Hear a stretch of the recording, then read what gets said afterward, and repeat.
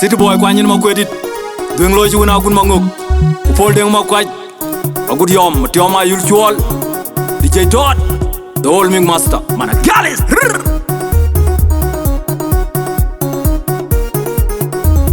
Piir ayen urur kwany nguen Jinombi mare Raan nong kepiat chiloy Kichu kwanyen Itiek du jon ma jung ma biure Jintang ye loy Adweng Raan chirweng Iji en tau sukuli ka bing beng koch Eki chi en bu mon nom jintang ye loy Piir ayen urur kwany nguen Jinombi mare Raan nong kepiat chiloy Kichu kwanyen Itiek du jon ma jung ma biure Jintang ye loy Adweng Raan chirweng Iji en tau sukuli ka bing beng koch Eki chi en bu mon nom jintang ye loy Piir ayen urur kwany nguen Jinombi mare Raan nong kepiat chiloy Kichu kwanyen Itiek du jon ma jung ma biure Jintang ye loy Adweng Raan chirweng Iji en tau sukuli ka bing beng koch Eki chi en bu mon nom jintang ye loy Nyebe chienu kwe randu Manjang da duru du parur Kicham ya ja chiet ka wenja to maung Raande, piir raande, achi raande piir ye toke chi raande Pinya bengoy mariam, palgu jamu koi to Kuloy ke piabu walar tuen yebe chenu koi randu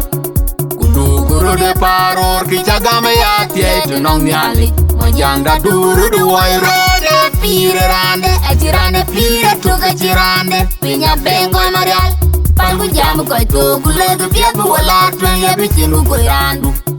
Kudu guru de paror kichagame ya tiye tunong nyali Manjang da duru du wai raande Bada to nyara dwem Dige nyor bena Jada uno mikeru Dige nyor bena Bada to nyara dwem Dige nyor bena Jada uno mikeru Dige nyor bena Bada to nyara dwem Dige nyor bena Jada uno mikeru Dige nyor bena Bada to nyara dwem Dige nyor bena Jada uno mikeru Dige nyor bena Bada to nyara dwem Dige nyor bena Jada uno mikeru Dige nyor bena Piir raande, achi raande piir ye toke chi raande Pinya bengoy mariam, palgu jamu koi to Kuloy ke piabu walar tuen yebe chenu koi randu Kudu guru de paror kichagame ya tiye tunong nyali Manjang da duru du wai raande Piir raande, achi raande piir ye toke chi raande Pinya bengoy mariam, palgu jamu koi to Kuloy ke piabu walar tuen yebe chenu koi randu Kudu guru de paror kichagame ya tiye tunong nyali Manjang da duru du wai Piir ayen urur kwany nguen Jinombi mare Raan nong kepiat chiloy Kichu kwanyen Itiek du jon ma jung ma biure Jintang ye loy Adweng Raan chirweng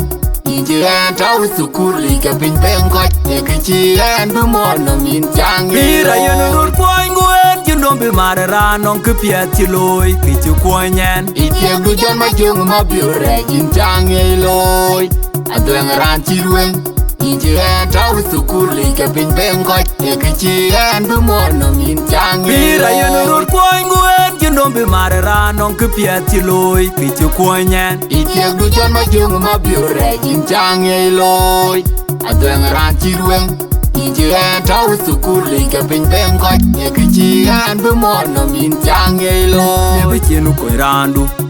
Manjang da duru du parur Kicham ya ja chiet ka wenja to maung Raande, piir raande, achi raande piir ye toke chi raande Pinya bengoy mariam,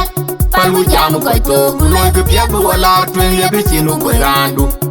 Kudu guru de paror kichagame ya tiye tunong nyali Manjang da duru du wai raande Piir raande, achi raande piir ye toke chi raande Pinya bengoy mariam, palgu jamu koi to Kuloy ke piabu walar tuen yebe chenu koi randu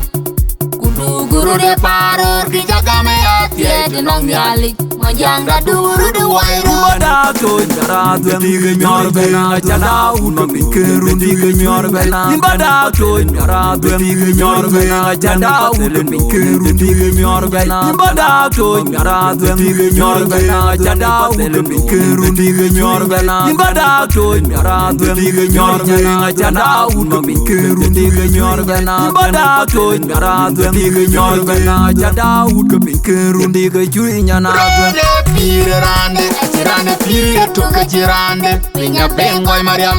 palgu jamu koi to Kuloy ke piabu walar tuen yebe chenu koi randu